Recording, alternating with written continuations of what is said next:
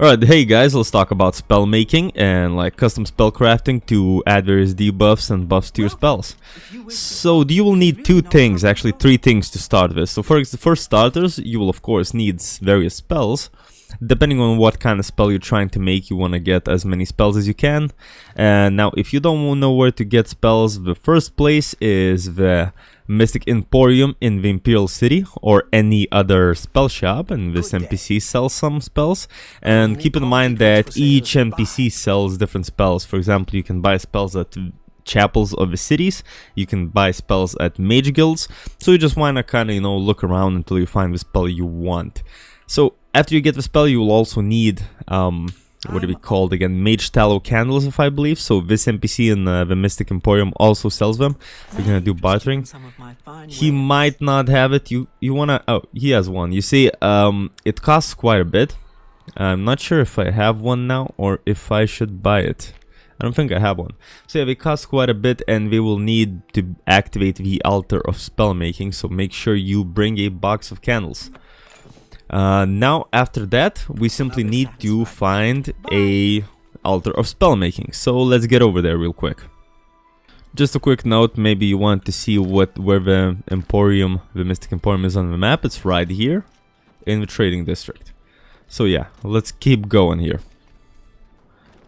Alright, so to find the Altar of Spellmaking, I would suggest coming to, let's check the map here, coming to the Frostcrag Spire. There are some altars of spellmaking in the Arcane University, but you have to progress a bit in the Mage Guild to be able to use them. So if you're impatient like me, I would suggest just coming here. And I would suggest coming from Bruma, and Bruma is right over there. And you can kind of just go up the mountain here, because I have tried going up from these areas, and honestly the mountains seem to be too steep. I mean, I'm sure there's a path you can find, but yeah, once you're up here, you want to just enter this great big magical tower thing. The door will be locked, so you're gonna need to lockpick it, and basically this area won't be open. It's gonna be a wall here. You want to touch these things, and then the wall will open, and then you can just come. I missed the stairs. Then you can just come up here. And to the left is the Altar of Enchanting. We already covered that. I will put a link to a video in the description.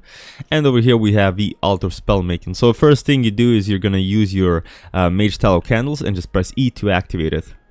And there you go. And then you can start using it. Alright, so the whole art of spellmaking isn't too complicated to understand. So what you basically do is you add various spells and you kind of combine them. Now, first of all, you want to make sure how much magicka you have. For example, I have 124.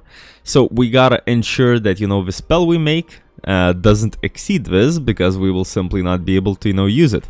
So we can just take some random spell effects. For example, we can take fire damage, right? And then we're gonna be able to edit some stuff here. So for example, we can edit whether what's the range, whether you do fire damage on self. I don't know why you would do that.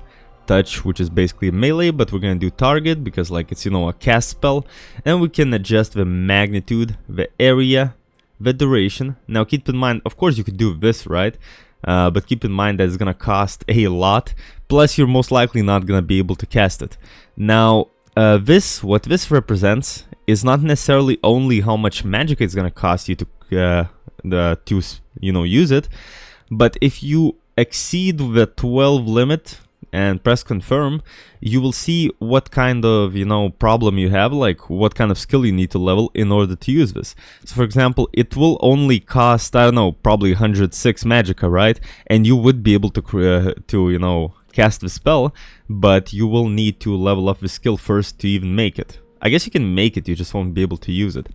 So for example, if we ignore the destruction skill, you see right now it doesn't say that I need a higher destruction skill. But yeah, you can just set up your spell, whatever you want. Confirm, again, too low of destruction skill. So just let's take it down a notch. I want to show you how to combine spells. So let's say we have 4 points of fire damage, 1 second. Then we just want maybe to add something else. So for example, if we cast the spell, it's gonna cast the fire damage, But say we want to also let's see, absorb fatigue, for example, right? So we're gonna cause fire damage and then we're gonna absorb fatigue. Again, we can set up our magnitude area, whatever we need. So for example, we have absorb fatigue, not untouched though. Oh, okay, it's untouched, so we're not gonna use this because we want this spell to be, you know, castable, not untouched. So maybe something else then. Okay, so for example, we're gonna add a buff to ourselves, resist magic, right? And then we're gonna again adjust these sliders to our liking, confirm. So now when you cast a spell, you're gonna do fire damage plus do resist magic on target. And you want to do it on self probably, because you don't want the target to just resist magic. Then maybe you also want to add a shield, right?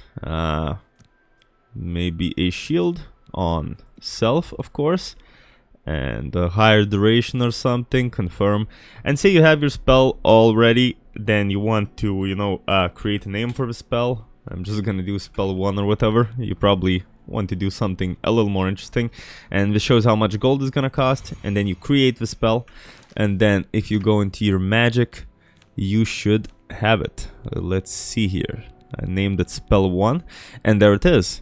Now I should be able to cast it, and there you go. As you can see, it added shield, it added absorb or like resist magicka, and also, you know, cause the flare.